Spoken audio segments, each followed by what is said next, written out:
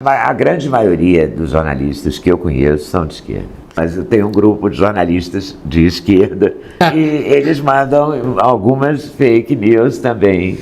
O jornalismo vai acabar? O que você acha dessas coisas apocalípticas que se fala na mídia hoje em dia? Eu acho que o jornalismo não vai acabar nunca.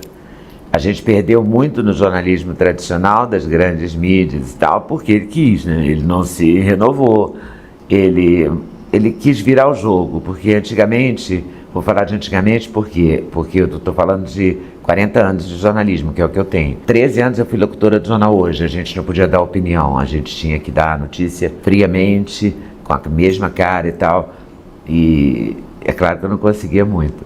Então eu mudei um pouquinho isso, assim. O Borjalo, que era um diretor da Globo, que era um caricaturista, era um cara muito interessante, intelectual mesmo, e era um dos diretores da TV Globo naquela época.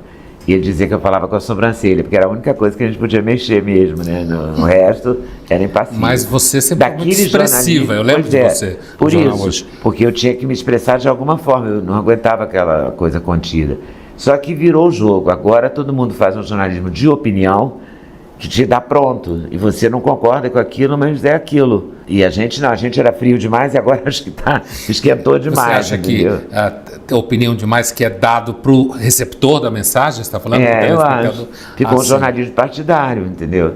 O bacana é você deixar a pessoa que está em casa, quer dizer, o bacana é que eu acho. Que você acha, claro. É deixar a pessoa que está em casa entender como ela quiser, entender? Ela formar a opinião dela, e não você entregar a opinião pronta. Mas, então... Não, em tudo. É claro que tem os comentaristas, mas tem que ter dos dois lados, né?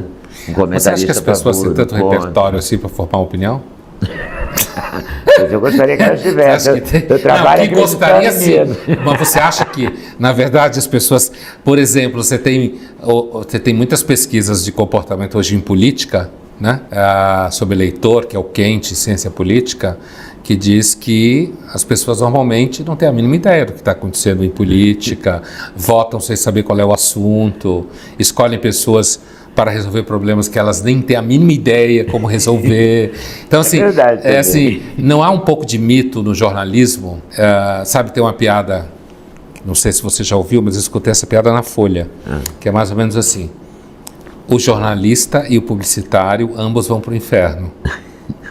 Só que o jornalista não sabe. Porque, assim, eu acho que o publicitário hoje também não sabe, porque está todo mundo querendo salvar o mundo. Hoje ninguém mas sabe. Assim, o jornalista não saberia, porque ele estaria ali na cadeia produtiva de business, de informação, mas ele sempre se achou alguém que está trabalhando para o bem. Daí a piada, ele vai para o inferno, mas não sabe. Então, você não acha que faz parte um pouco do jornalismo um certo mito sobre as pessoas, assim? De que as pessoas têm repertório, vão formar opinião. A gente precisaria desse mito para fazer jornalismo?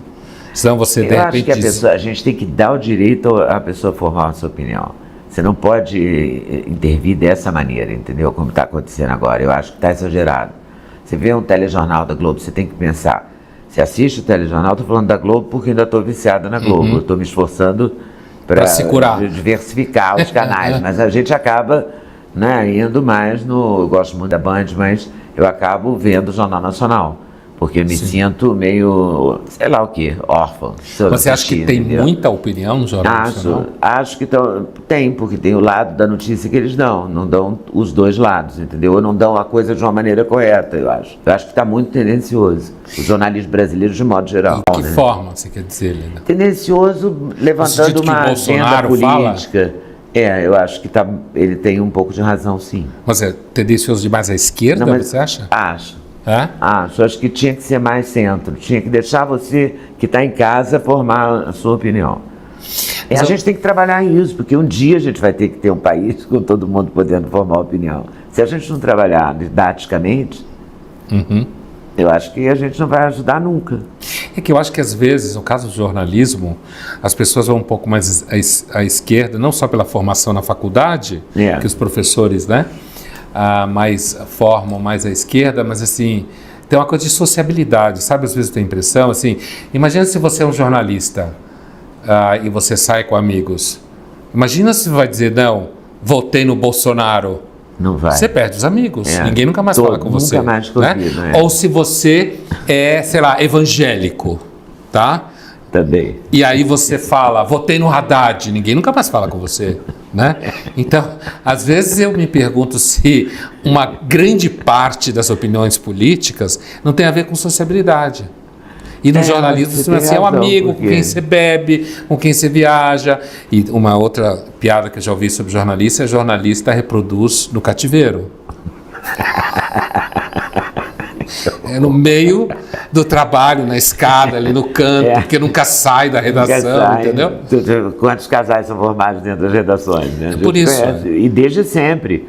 Quando eu cheguei fazendo estágio no Jornal do Brasil, capa da Bíblia, isso quase. De tanto tempo que tem, já era isso. As pessoas já namoravam entre si, já se casavam, já tinham filhos. É porque é mais tudo fácil. Dentro da redação, né?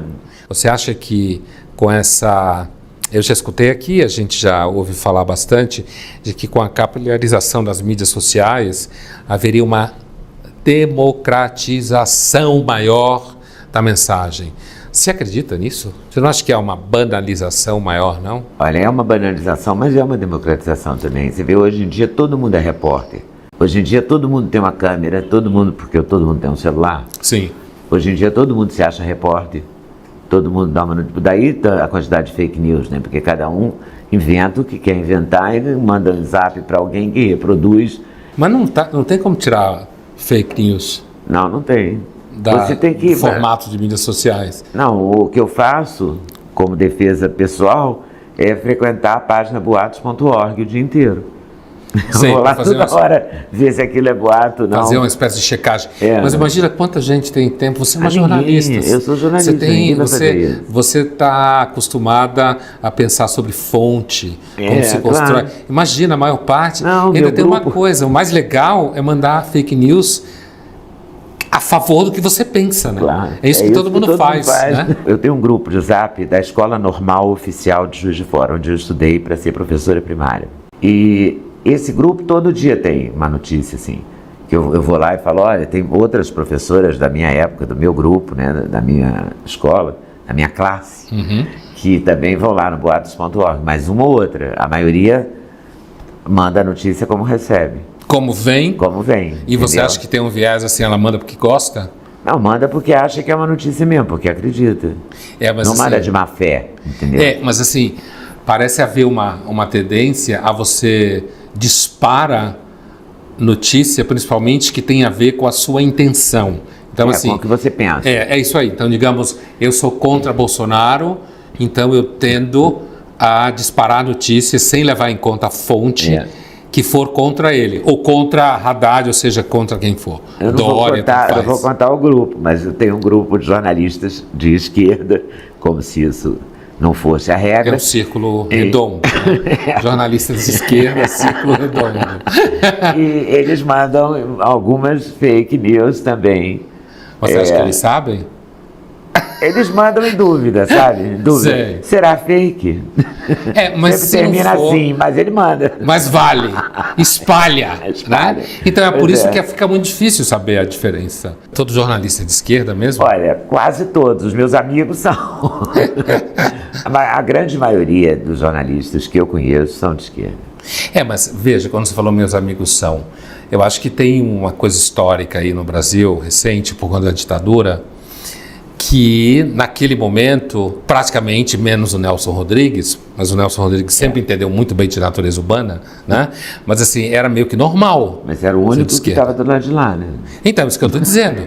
Menos o Nelson Rodrigues, todos os outros eram de esquerda. Mas havia uma coisa meio assim, uma coisa meio natural ser. Tinha uma ditadura, a ditadura prendia a gente. Claro, a gente tinha que cantar apesar de você, então, porque era apesar de isso você, aí. Então, tinha um ambiente desse. Agora, hoje, você pensar num aluno de 18 anos, é a mesma coisa, assim, que seja obviamente de esquerda não, hoje? Eu acho que hoje a pessoa tem opção.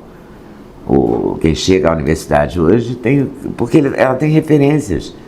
Né? Tem jornalistas que não são de esquerda, que ela ouve no rádio, ainda não chegaram na TV, mas pelo menos eu não os achei na TV. Eu vejo mais na rádio. E tem pessoas, tem pensadores, tem escritores, tem filósofos. Você entende diferente, você tem opção. Na minha época de faculdade nem rolava isso, imagina. A gente passava o dia inteiro cantando as músicas do Chico Buarque e brigando com a ditadura, mas eles também censuravam tudo, né? A gente tinha que brigar. Não é mais fácil, às vezes, quando você é jovem, ter alguém que você odeia com razão?